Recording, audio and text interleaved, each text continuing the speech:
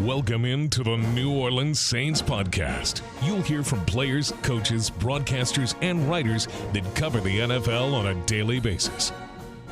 The New Orleans Saints podcast starts right now. Here's your host, Erin Summers. Happy Halloween, Saints fans. With Halloween tonight, that means All Saints Day is tomorrow, a very special day in the Saints' history. Back on November 1st, 1966, the Saints were founded. Welcome into our New Orleans Saints podcast. I'm Erin Summers. Today, I have two very special guests. They're going to walk me down memory lane back to 1966 and everything that's happened in between. Peter Finney Jr., the son of longtime sports writer Peter Finney, who spent 68 years here in New Orleans covering the Saints and all things sports, who coined that iconic headline, NO goes pro, the day the Saints were founded.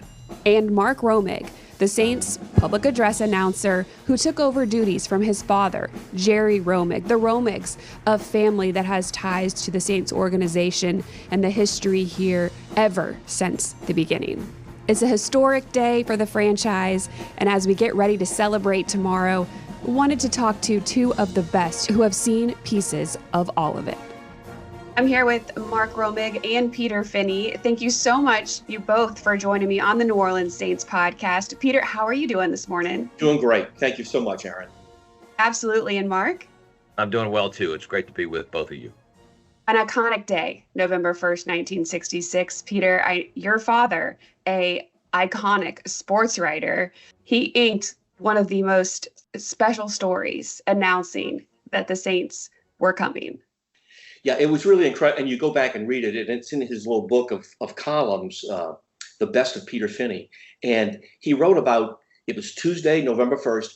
A lot of people forget that 1 week later, the Tuesday, November the 8th, was the statewide vote on the hotel motel tax, which was going to fund construction of the Superdome. So obviously the NFL, not only because it was All Saints Day, and they figured that they were going to be called the Saints, they wanted to get that announcement made to get groundswell. And then the hotel motel tax amendment passed very easily to build the Superdome. So there was really some great just fervor in the community. One of the interesting things, it was at the Pontchartrain Hotel, the press conference, and Maurice Chevalier, the French actor, 78 years old, he was in town to promote a film or something. He got the better room. He was on the 11th floor and in the Henry Stern suite. The NFL had to kind of settle for the patio room, which was not too bad. The patio room was beautiful, but the Henry Stern suite apparently was the better of the two. But he got the better room, and it was all kind of it was a very tight, a tight room.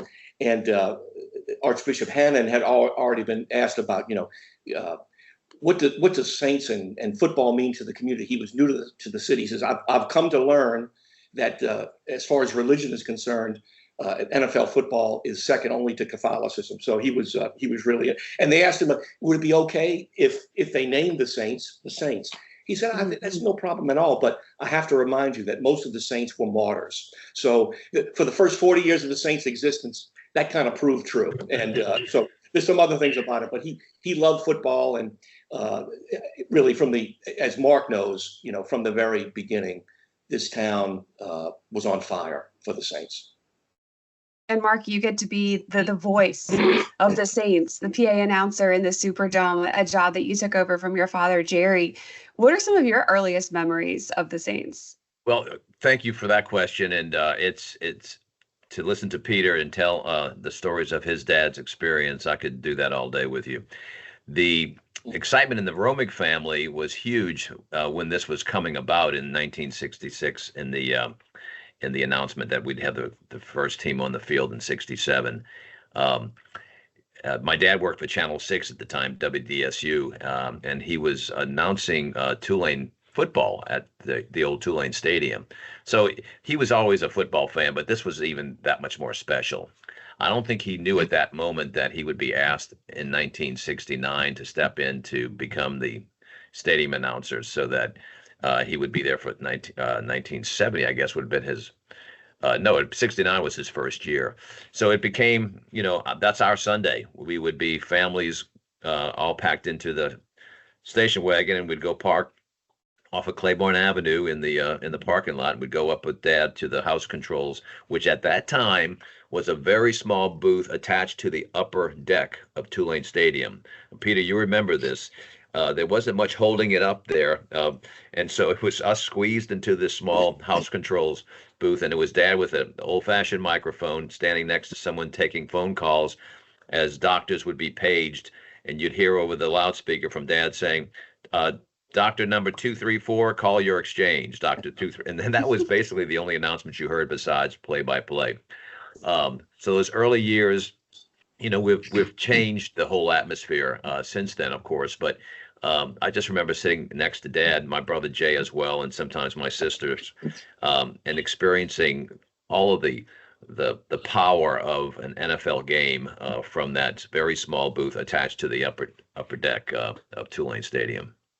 And Mark, I can remember, just the Tulane Stadium had these metal stands, and you could, when people got into it, you could feel the stadium rocking and hear it as well. Oh, and, very much so.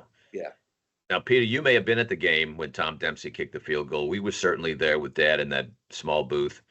And of course, half the city of New Orleans says they never left the stadium, that they were there when it kicked, but a lot of people had left. I was actually there with my brother. We were in the north end zone, upper deck. We were on youth tickets.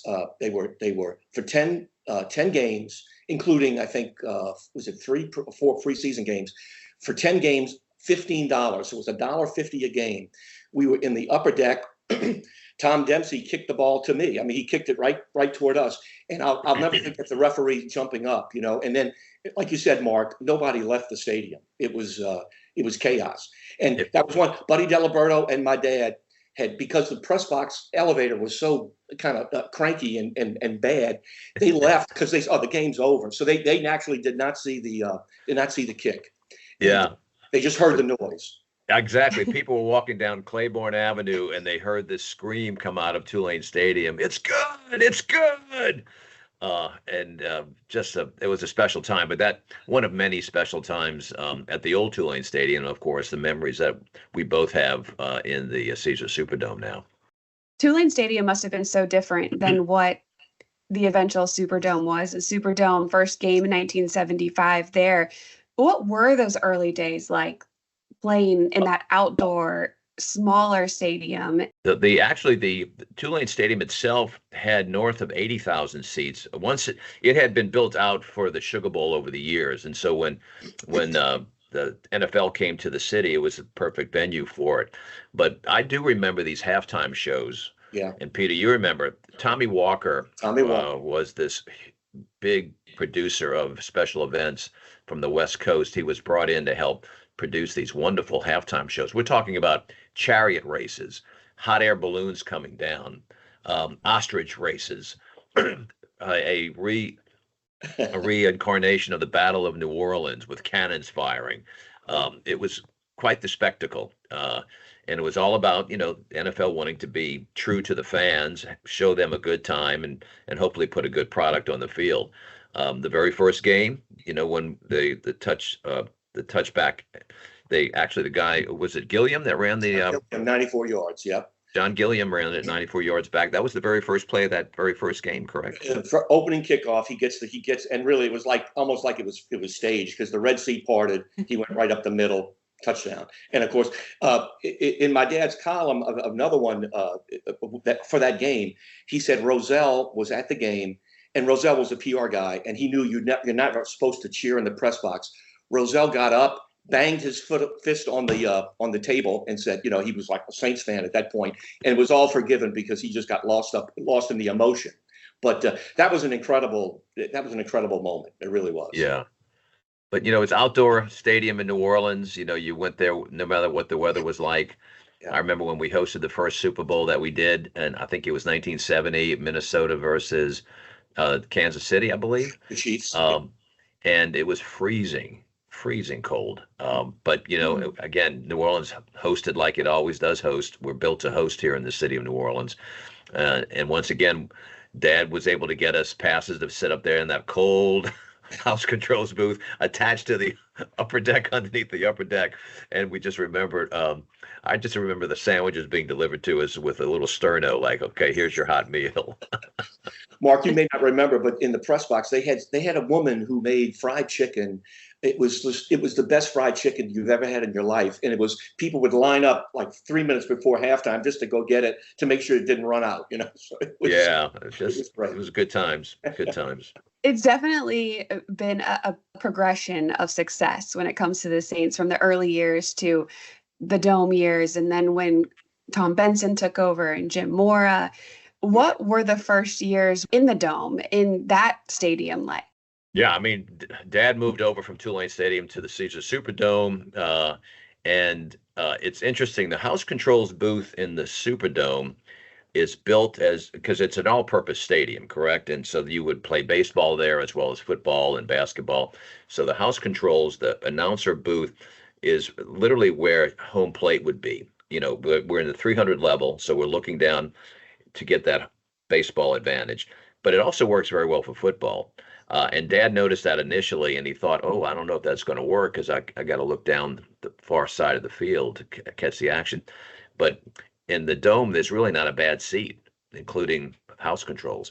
And so it worked out very well.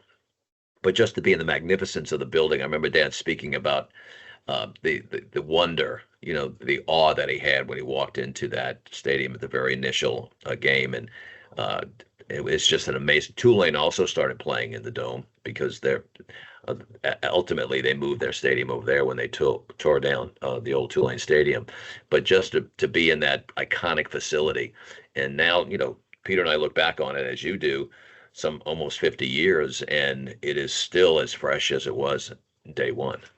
And Erin, if you remember, they had you're too young to remember this. They had a gondola, kind of like some kind of you call it a jumbo screen. It was kind of in the center, and it was like maybe an octagon shape. It looked like an octagon shape. Yeah, huge. The idea was to be able to show replays, and it worked for a while. Except at that time, people were smoking in the Dome, and like in the third quarter, man, it was like you couldn't see. And I remember, and this is before Jim Finks and Jim Mora came, and then of course when Breeze came up, they were great.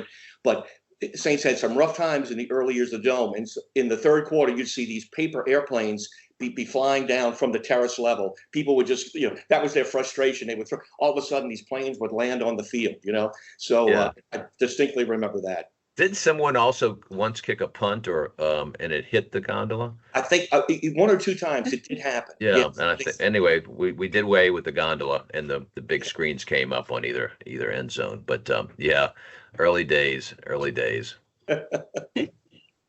It seemed like regardless of what was going on, though, on the field, the fans came out, that they loved their Saints. What was just kind of the feeling around the city once the Saints got here and you had these games to go to every Sunday, Peter?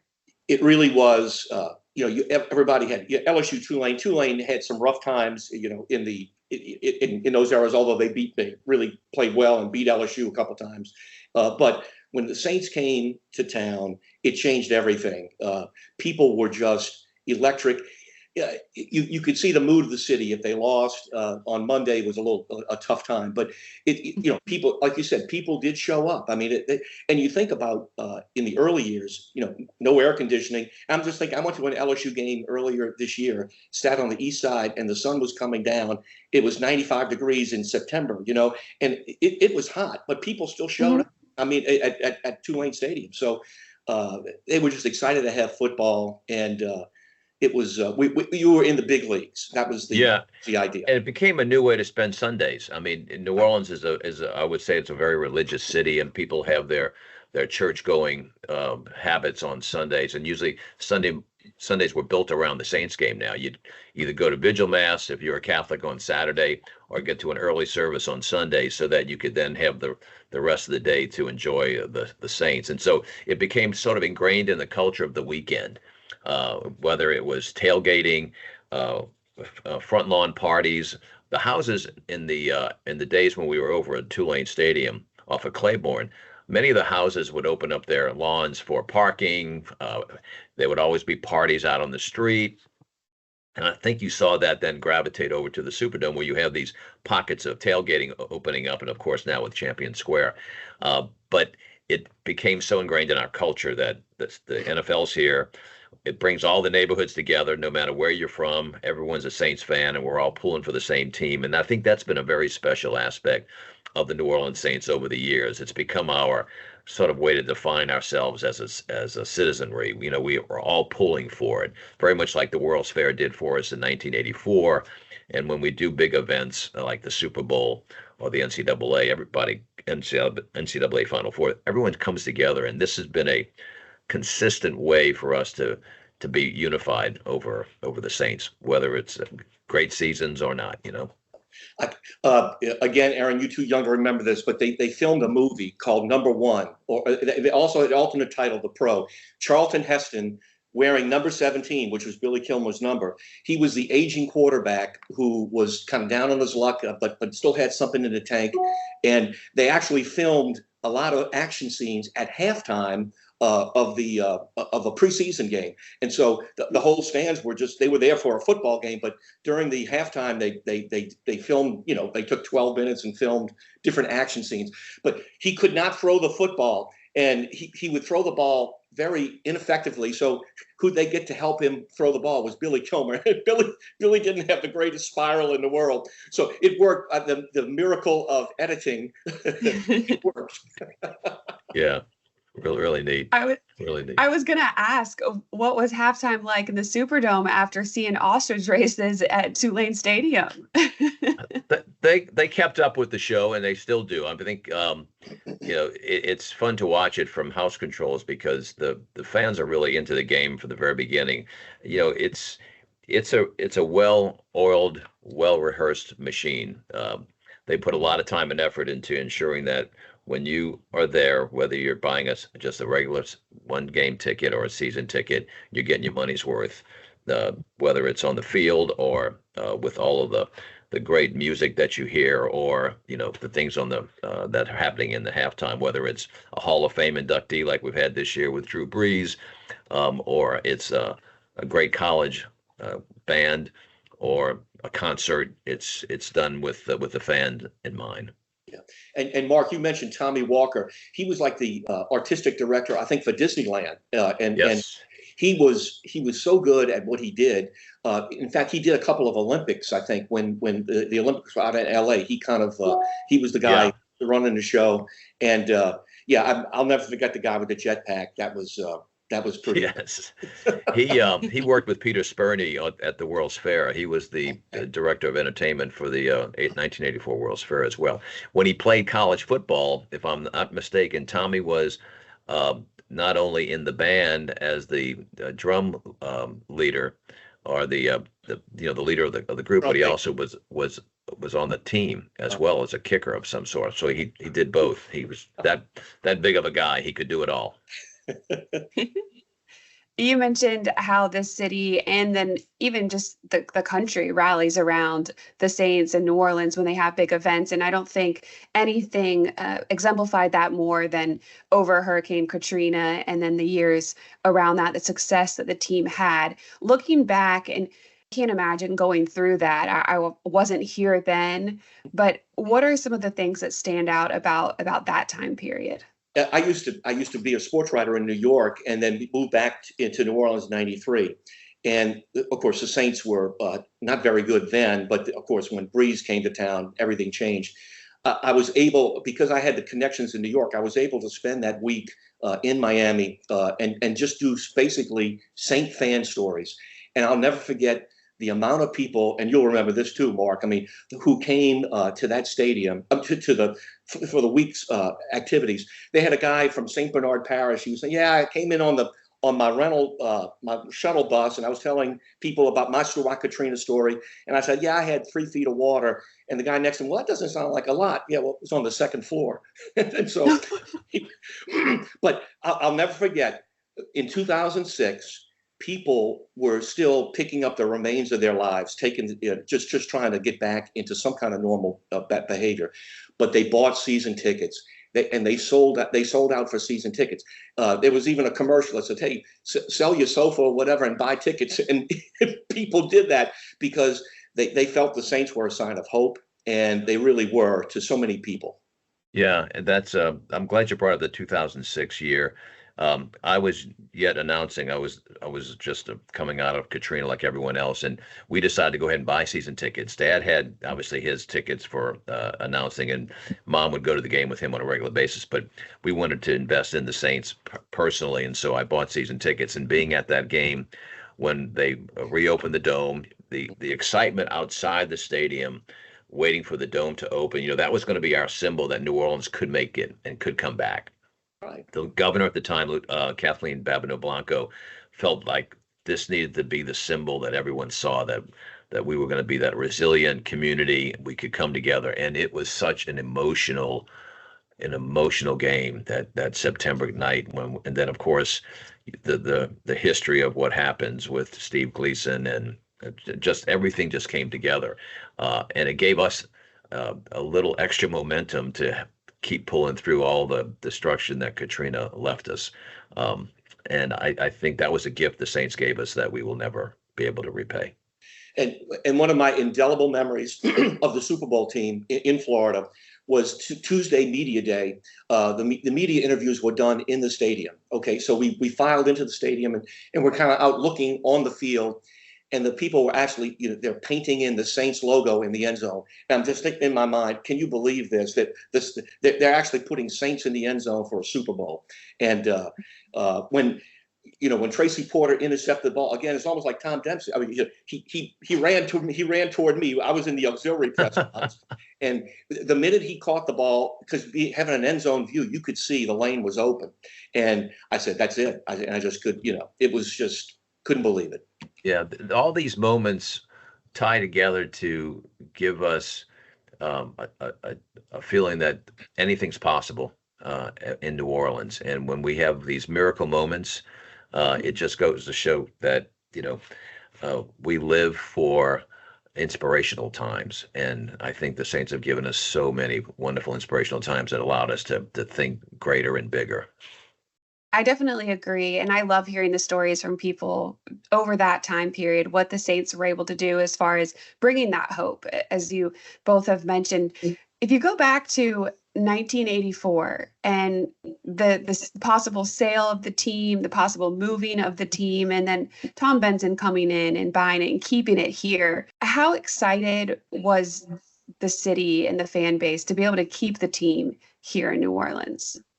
It was very exciting because it was a very real possibility the Saints were going to leave. So the fact that he was, born here, made his kind of business in San Antonio, but he was a New Orleans person, and I think his decision, to hire people who knew football. I mean, Jim Finks and Jim Moore. I mean, to get those people in, and that really set the franchise on a new trajectory. But before that, we were just kind of like, it was hit and miss. But really, it brought a level of professionalism and accountability, and I think that was really, really good. And really, from that moment, the Saints kind of gained respectability. Those early years of kind of, the bloopers and blunders were kind of like in the past. So that's what I kind of remember about his acquiring the team. Yeah, very much so. New Orleans is a neighborhood type city, and Tom Benson came from a neighborhood. Everybody knew the neighborhood. He went to St. Aloysius High School. It was all like, here is somebody local, raised, is going to make sure that the Saints stay in New Orleans. And to Peter's point, that early commitment that he made as a business person, to put that sharp pencil to everything and to buy talent, bring in talent, and know that you're investing for the long term. And that's what he did. He, wasn't going to be an immediate turnaround, but he gave the structure to it as a good business person would, so that we would have the successful years that got us to the Super Bowl win in 2010. That Super Bowl run and coming back to the city, the parade, the parties, I'm sure there was nothing like it. I don't think Mardi Gras probably even compares. What do you guys remember about just that week when the team was back here? was a cold night for that parade. I remember that. I remember Sean Payton and Breeze and everybody else on that float with holding that Lombardi trophy like it was like weighing only 2 pounds. And we know it weighs a lot more than that, but there was so much enthusiasm and the crowds were so deep. And it was just, it was sort of the confirmation that every year that we'd put into this, it was all worthwhile. I think every Saints player on the float, they might have had a little antifreeze, so the cold didn't hurt them too much. But my sister at the time, my sister lived in Kenner at the time. She tried to get in. She could not get in because the roads were blocked. There were so many people in downtown, and so she couldn't make. She went back home and watched it on TV. So it was incredible. Yeah, I'm not sure it was antifreeze that was keeping them warm on that float. Yeah, it had a green tone to it, so it may have been one of those hand grenades or something as they serve on Bourbon Street. But it was fantastic. And, everybody, young, old, every neighborhood came together. Once again, the Saints bring the people of New Orleans together, and we're all pulling on the same side of the rope. The Saints do that. When you look at the history of the Saints, your family's connections, your connections, what is just one story, a unique story that maybe not everybody knows that stands out? I'll start with you, Mark. I'm going to bring Peter back to a time that he and I took our fathers to City Park to have some coffee and donuts.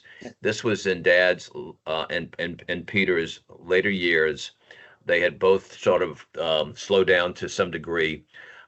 And they both wanted to just have this conversation about their shared history in sports, particularly. Dad was an early writer at the States item covering high school sports, and Dad's first love was always the New Orleans Saints, and he revered Peter Finney and his writing, and it was a column he looked for every time he got the newspaper. So just sitting back, and Peter, you remember, we just kind of watched these two giants talk with each other and share stories and. Oh yeah, you remember that? And oh yeah, I remember that. There are so many other memories, but to me that stands out, and I'm so glad that I'm able to share this with Peter. It's just very special. Yeah, that was a great moment. They both had that coffee au lait, and they just talked stories. And to me, I don't, Erin, there was certainly Tracy Porter, Tom Dempsey, John Gilliam. Those were incredible moments. But to me, the thing that stands out the most is the 16-year history of Drew Brees. Over that time, there has never been a better professional player in the city of New Orleans. A guy who brought the community together. And if Drew Brees had his feet set, the ball was going to be right here every time. I mean, you've seen that archery video where they did like a science thing where he beat the Olympic archer for throwing the ball in the middle. I've never seen a guy so accurate and who could think on his feet so quickly. It was what a blessing, that he came, to New Orleans. And I'll just tell a personal story. My brother at the time, Tim Finney, is an orthopedic surgeon. At that time, he was the orthopedist for the Saints. Drew Brees had just come off a major shoulder injury. His arm was still not good. Tim evaluated him and said, "Hey, it's a little bit risky, but I think he's going to be able to do it." Brees went to Miami. The Miami doctor said, "No, I wouldn't take the risk." And so the Saints really, on that advice, said, "Hey, we're gonna roll the dice and bring Brees in." My gosh, how that would have changed in Miami. Saban was the head coach in Miami. Had Drew Brees gone to Miami, what would that have done? Alabama would never have been good because he wouldn't have been forced to go to Alabama because he went with Dante Culpepper, who was not very good. But Drew Brees was the person who changed everything. Yeah, and let me add to that, if you don't mind, the family atmosphere around the Saints and how they feel for the team members and the staff members. When Dad retired from announcing and at the end of the preseason of 2013, and there was no reason for him to have gotten a Super Bowl ring because he didn't have the locker room or the player connection, and you only have so many opportunities to give those beautiful pieces of jewelry to the players and to the team staff. And Dad wasn't expecting this to happen. A year later, as a surprise, Mr. Benson and Mrs. Benson, along with Mickey Loomis and Coach Payton at the time, and Dennis Lasha and a few other people invited Dad to come to the office for presumably to have a, just a thank you type of thing. And they presented Dad with a Super Bowl ring. And it was, you could see it in my dad's eyes. It was like the gift he never thought he would ever receive. He cherished it so much. Mom still has it. That was a very special moment. But that just, to me, that spoke about how they feel for their team members, and Dad was certainly a member of the team. And Erin, I can remember when in 2006, when the Saints got off to that great start and everybody was like electric. Drew Brees and his wife went to Zia's in Metairie, and he said they tried to give him like a table where he wouldn't be bothered, no problem. Anyway, the waiter who came over to him came over and said, Drew, I want to show you something. And he put his lip down, and he had a Saints fleur-de-lis on the bottom inside. He says, I'm not a new fan because I got this when Aaron Brooks was I got this when Aaron Brooks was the quarterback. And Drew couldn't believe it. He says, that's when I knew these people were crazy in New Orleans about football.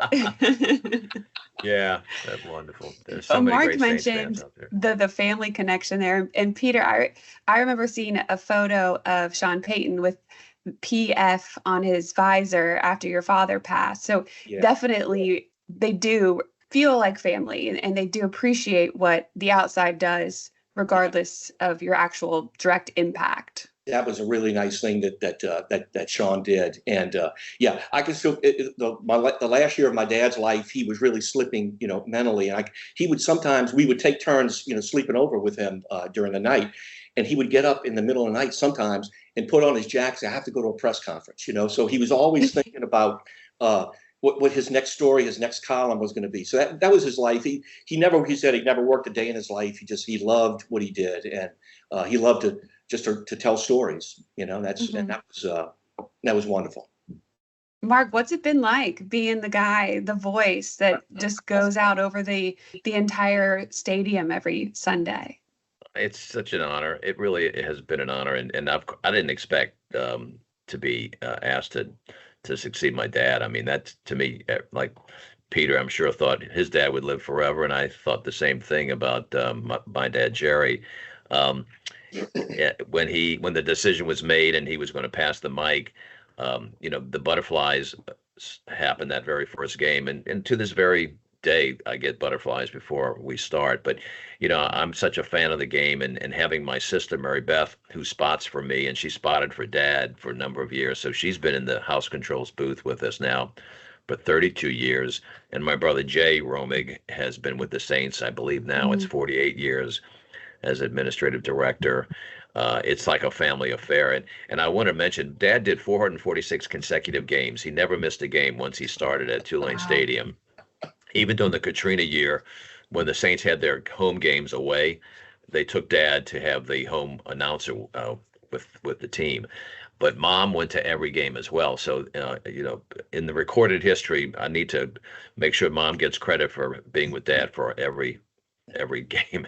So she, from the early days to the heydays, Mom was there too. But it's an honor to be part of it, and I hope I can do it justice for many more years. And this is a personal story with Mark and his family. Jerry and his mom, they fostered 21 little infants. They were temporary foster. They took care of infants when they were born, and they didn't have parents anywhere to go. I've always been touched by that story. I mean, what your parents did. Thank you for saying that. Mom and Dad really believed in serving and helping. And when it looked like Mom and Dad couldn't have any more children, they started working with the foster care program. And then all of a sudden, my youngest sister was born, so they started taking care of Ellen. So, but through it all, they went to every game. He went to every game. What was your favorite game that you ever attended, Peter? Oh my gosh. It would either be the first game, the Steve Gleason game, or the Super Bowl. I mean, it's how can you Sure. It's, and I don't know where I stand on it. It was just like Mark said, the pregame waiting to get inside the dome. There was no way Atlanta was going to win that game that night. And on the fourth play of the game, it was 3 and out, And so it was fourth down. The dome, the roof just about exploded. Yeah. And I would say the winning the NFC championship that got us into the Super Bowl, that to me, you heard this from many people. The fact that we won that game, the Super Bowl is like, that's going to be icing on the cake. But that was so exciting because it was at the Superdome. We won that game at the Caesars Superdome, and it was an amazing. That sticks in my mind as one of the many wonderful nights or days. Tim Henderson's call was incredible. That was I'll never forget that. Pigs fly. Pigs fly. Yeah. It's just again, I can't imagine the city without the Saints. We are so thankful for both of you for sharing some stories with us today as we celebrate when the Saints got here, November 1st, 1966. It has been such a fun, up and down wild ride. But as you mentioned, they mean a lot to the city, and it's been fun being a little part of it. I appreciate both of you. Thank you, Erin. My pleasure. Go Saints! There you go. Thank you guys so much. Thank you so much to Mark and Peter joining me on the podcast today. I learned a lot of fun information, and it was really cool to hear from two longtime Saints fans about some of their experiences. Hope everybody has a safe and happy Halloween, and don't forget to toast to the Saints on Friday. Thanks for listening to the New Orleans Saints podcast. Join us 3 times per week on NewOrleansSaints.com, the Saints mobile app, or you can download the podcast on iTunes. We'll see you next time, right here on the New Orleans Saints podcast.